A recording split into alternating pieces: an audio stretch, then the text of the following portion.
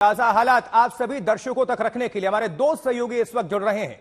आदित्य वैभव सासाराम से जुड़ रहे हैं, जबकि श्वेता सिंह की मौजूदगी है बिहार शरीफ में। श्वेता, बिहार शरीफ, सिर्फ बिहार शरीफ नहीं, पूरा बिहार अभी कई जगहों पर हिंसा, आगजनी, पत्थरबाजी सब कुछ हमें देखने को मिला। सियासत भी सुलग रही है। अभी किस तरह के हालात हैं? चूंकि ग्राउंड पर आप खुद मौजूद हैं, अभी हालात बता दें, अपडेट कर दें, और पुलिस ने अब तक किस तरह के एक्शन लिए हैं? सरकार पर बहुत सारे सवाल खड़े हो रहे हैं। श्वेता। आशुतोष, सबको ऐसा लगा था कि रामनवमी के त्योहार के दिन जिस तरह की हिंसा यहां पर हुई थी उसके आगे कोई अशांति नहीं होगी, लेकिन मेरे आसपास की तस्वीरें आपको बखूबी बयां कर देंगी कि यहां पर उसके बाद से क्या हुआ है। कल भी भरपूर यहां पर हिंसा हुई है, गोलीबाजी की जो घटनाएं हैं वो सामने आई हैं। इस तरह की जली हुई दुकानें और बसेस आपको अलग अलग इलाकों में नजर आ जाएंगी। यहां पर एक लड़का था जिसे गोली लगी थी, उस हिंसा के दौरान उसकी मृत्यु भी हो गई। उसके बाद से जो कार्रवाई हुई है उसमें गिरफ्तारियां तो हुई हैं। मैं हमारे संवाददाता रोहित सिंह को बुलाऊंगी यहां पर, और साथ में जो हमारे स्थानीय संवाददाता हैं रंजीत, उनको भी मैं यहां पर बुलाती हूं, क्योंकि यहां की स्थिति देखकर ना बहुत आश्चर्य मन में होता है। आश्चर्य इस बात को लेकर होता है रोहित कि हर वर्ष यही खबर आती है और इसी इलाके से, इसी हिस्से से आती है। बिल्कुल, देखिए श्वेता, ये पहली बार ऐसी घटना नहीं घटी है। पिछले अगर 10 सालों की बात करें तो जिस जगह पर ये घटना घटी है, जो ट्रिगर पॉइंट था, यहाँ पहले भी 6-7 बार इस तरीके की हिंसा, जो सांप्रदायिक हिंसा है, वो हो चुकी है।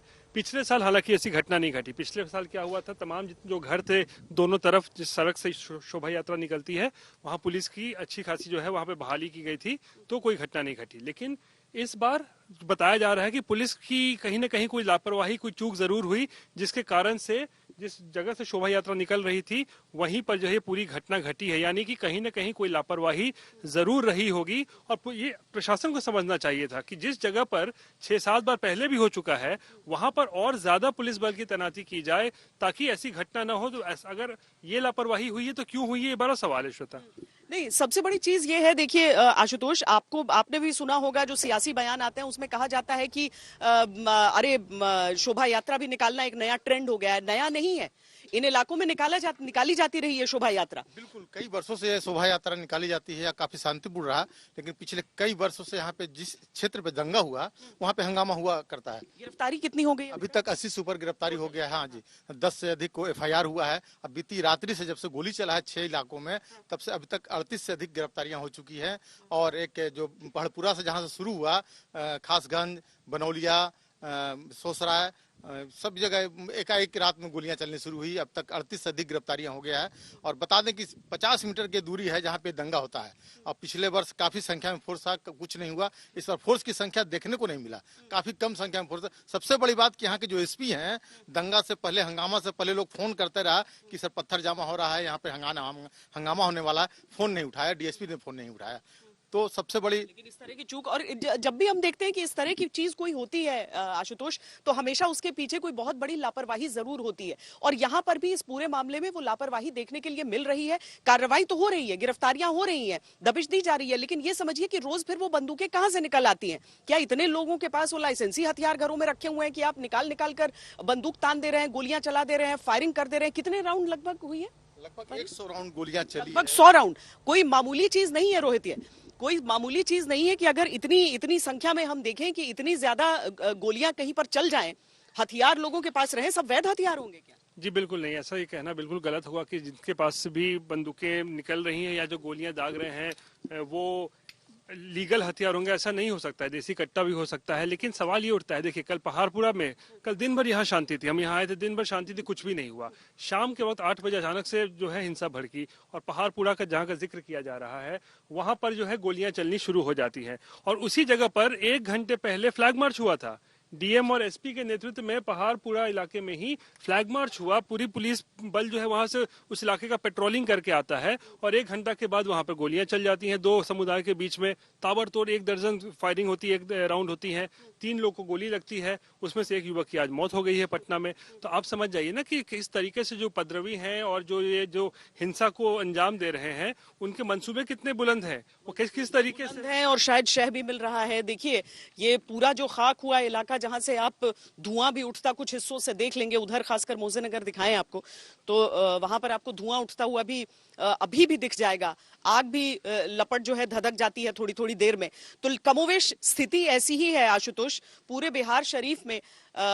भले ही इस जगह का इतिहास ऐसा रहा हो कि इसे दूसरी चीजों के लिए याद रखा गया, एक समय पर राजधानी भी यहाँ के शासकों की हुआ करता था बिहार शरीफ, लेकिन आज देखिए किस तरीके से धधक रहा है। और ये सिर्फ आज की बात नहीं है, जो हमारे स्थानीय संवाददाता बता भी रहे हैं कि लगभग 6 साल से इसी स्ट्रेच पर, इसी पैच पर इस तरह की घटना होती है। बहुत सारे लोगों का सवाल है, बहुत सारे लोगों के मन में ये सवाल चल रहा है, सोशल मीडिया भी आप खंगालेंगी तो लाखों सैकड़ों की संख्या में ये सवाल उठ रहे हैं।